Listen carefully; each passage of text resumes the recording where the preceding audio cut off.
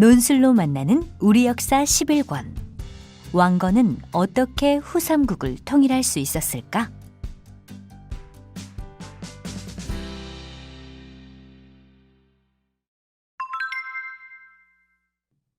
견훤은 왜 후백제를 세웠을까?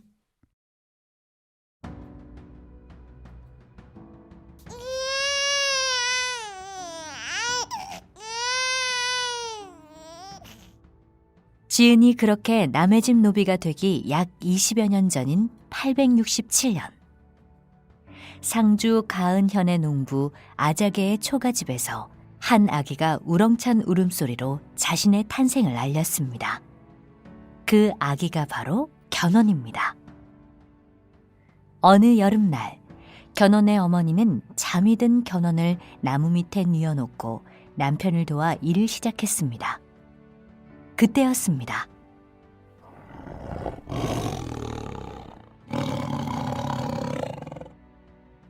일터에 호랑이 한 마리가 나타났는데 견훤은 놀라 울기는커녕 방실방실 웃으며 호랑이에게 다가가고 있었습니다. 아자개의 아내는 울부짖으며 아기에게 달려갔습니다. 그때 놀라운 일이 일어났습니다. 견훤이 호랑이의 젖을 맛있게 빨아먹는 것이었습니다.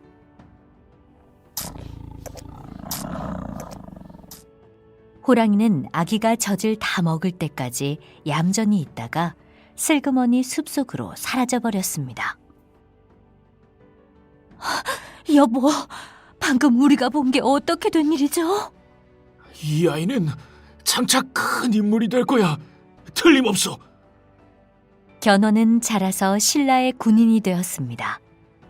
군인이 된 견훤은 지방 곳곳을 다니게 되었죠. 견훤이 신라의 수도 서라벌을 찾았을 때 견훤은 생각보다 훨씬 더 화려한 모습의 넋을 잃고 말았습니다. 크고 웅장한 집에서 나오는 귀족들은 색색의 비단옷을 입고 있었고, 심지어 그들이 타고 다니는 말에는 금과 은으로 장식한 안장이 얹혀 있었습니다. 백성들은 귀족들에게 무거운 세금을 바치느라 조밥조차도 제대로 먹지 못하는데 귀족들은 사치와 향락에 빠져 있다니. 내가 썩어빠진 신라를 뒤엎고 새로운 나라를 세우겠어. 견훤이 백성들을 구하기 위해 군사를 일으킨다고 하자 많은 백성들이 견훤을 지지하였습니다. 그리하여 견훤은 900년에 완산주를 도읍으로 삼고 후백제를 세웠습니다. 그때 견훤의 나이는 34살이었습니다.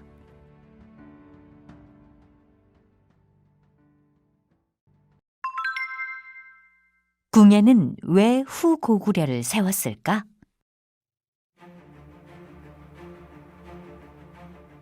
견훤이 세상에 태어나기 몇 년 전, 서라벌 땅에 한 아이가 태어났습니다.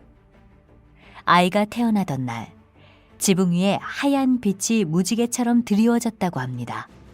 날 때부터 이가 나 있었다는 그 아이는 제47대 헌안왕의 아들이었습니다. 며칠 후, 한 신하가 왕의 처소에 찾아와 머뭇거리며 말했습니다. 전하, 이런 말씀을 드려도 될지... 무엇이오? 어서 말을 해보. 아래옵기 황공하오나 왕실의 기륭화복을 점치는 일관이 오늘 저를 찾아와 괴상한 소리를 늘어놓았사온데, 어허, 그만 뜸들이고 어서 이야기해 보시오.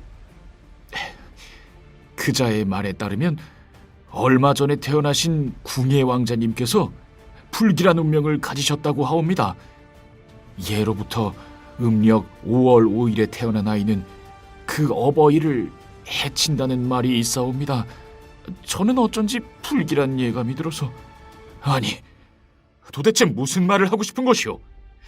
듣기 싫으니 썩 물러가시오.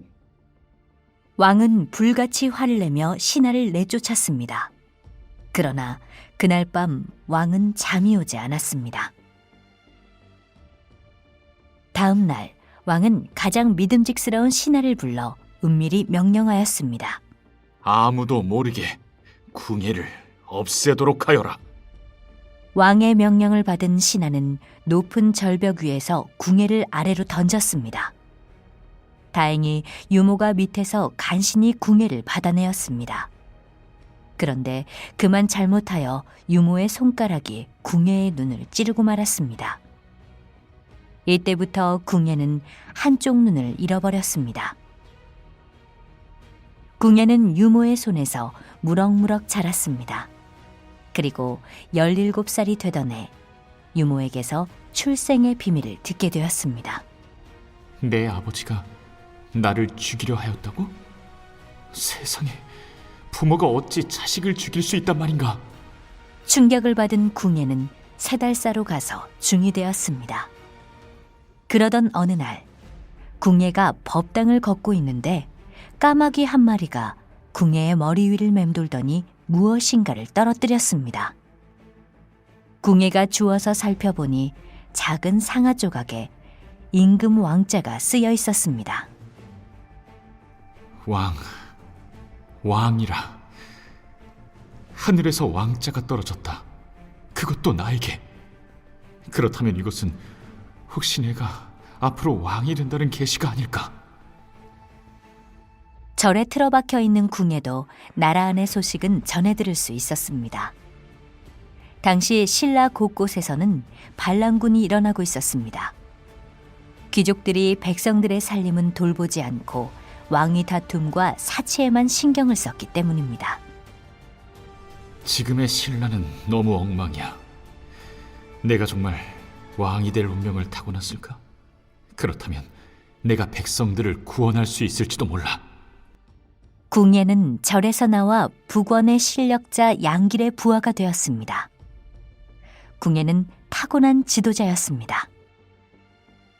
우리가 여기 모여 힘겹게 훈련을 하는 것은 이 땅의 못된 무리를 몰아내고 살기 좋은 나라를 만들기 위해서입니다. 우와!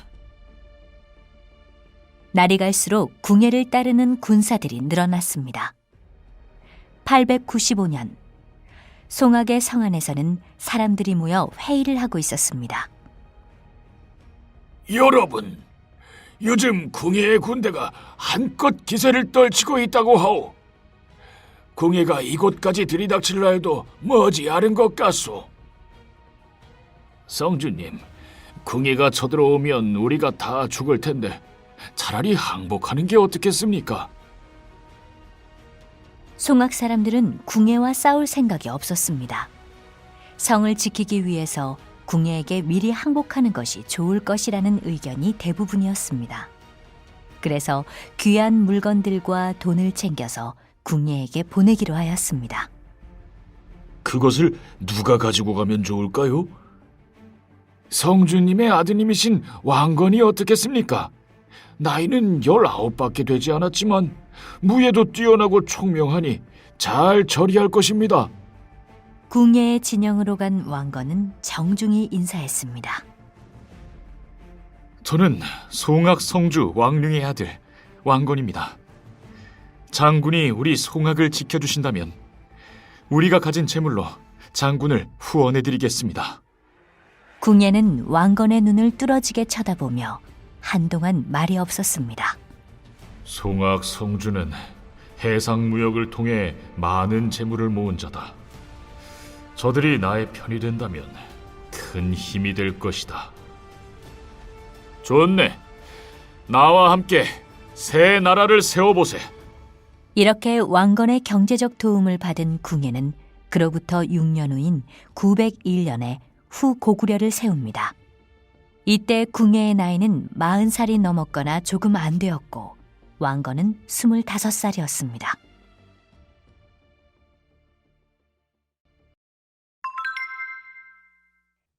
왕건은 어떻게 궁예를 몰아내고 고려를 세웠을까?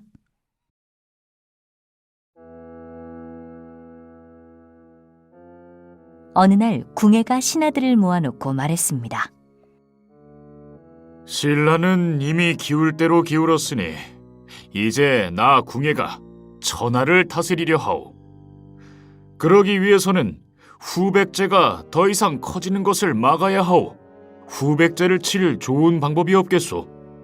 한 대신이 나서서 말했습니다. 후백제의 군대가 만만치 않다고 들었사옵니다. 제 생각에는 물기를 이용하여 그들의 허를 찌르는 것이 좋을 듯 싶습니다. 아, 그거 참 좋은 생각이요. 그런데 바다를 통해 공격을 하려면 바다를 잘 아는 장군이 필요할 터인데. 그러자 왕건이 나섰습니다.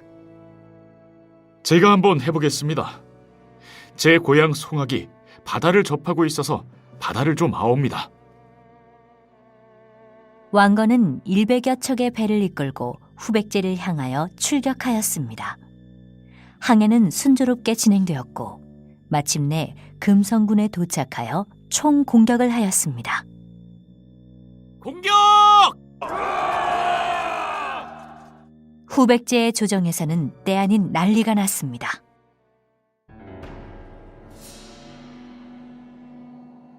폐하, 후 고구려의 왕건이라는 자가 금성군에 나타나사옵니다. 폐하, 왕건이 금성군을 공격하여 성이 함락되어 싸웁니다. 폐하, 왕건의 군사가 금성군 주변의 성 10여 개까지 점령했다고 합니다. 잇따라 들려오는 소식에 견훤은 크게 상심하였습니다. 그래, 그렇게 될 동안 우리 후백제의 군사들은 무엇을 하고 있었느냐? 그게 워낙 갑작스럽게 공격을 당해서 힘 한번 제대로 써보지 못하고 무너졌다 하옵니다. 이러한 활약으로 왕건을 향한 궁예의 신임은 더욱 두터워졌습니다.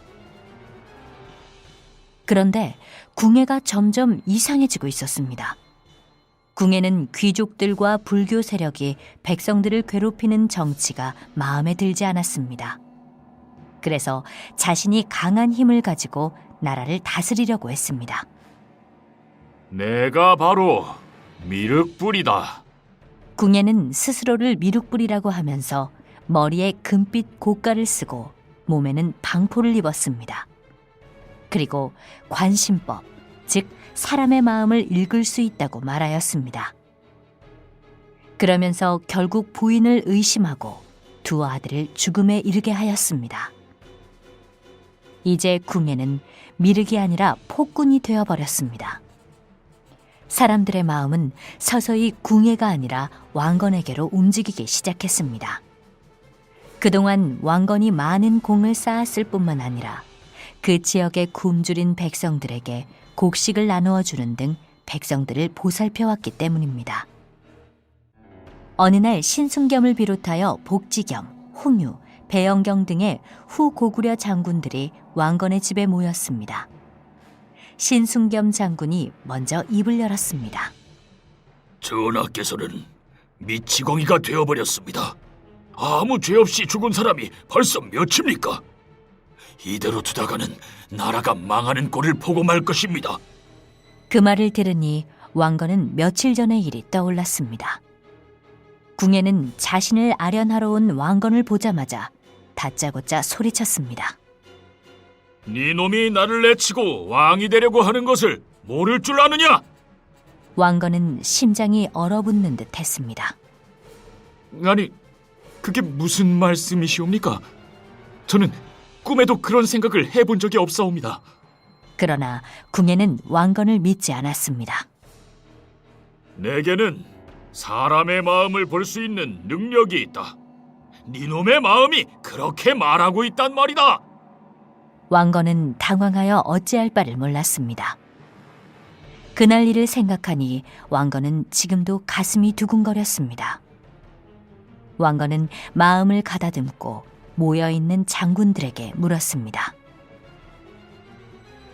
그래서 그대들이 원하는 바가 무엇이오? 장군들이 한 목소리를 내어 대답하였습니다. 장군을 새 왕으로 모시고 싶습니다.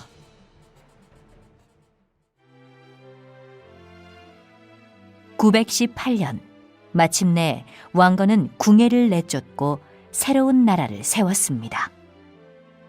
새 나라의 이름은 고구려의 뒤를 잇는다는 뜻에서 고려로 할 것이다. 나는 이 나라 고려를 북방을 호령하는 강한 나라로 만들 것이다.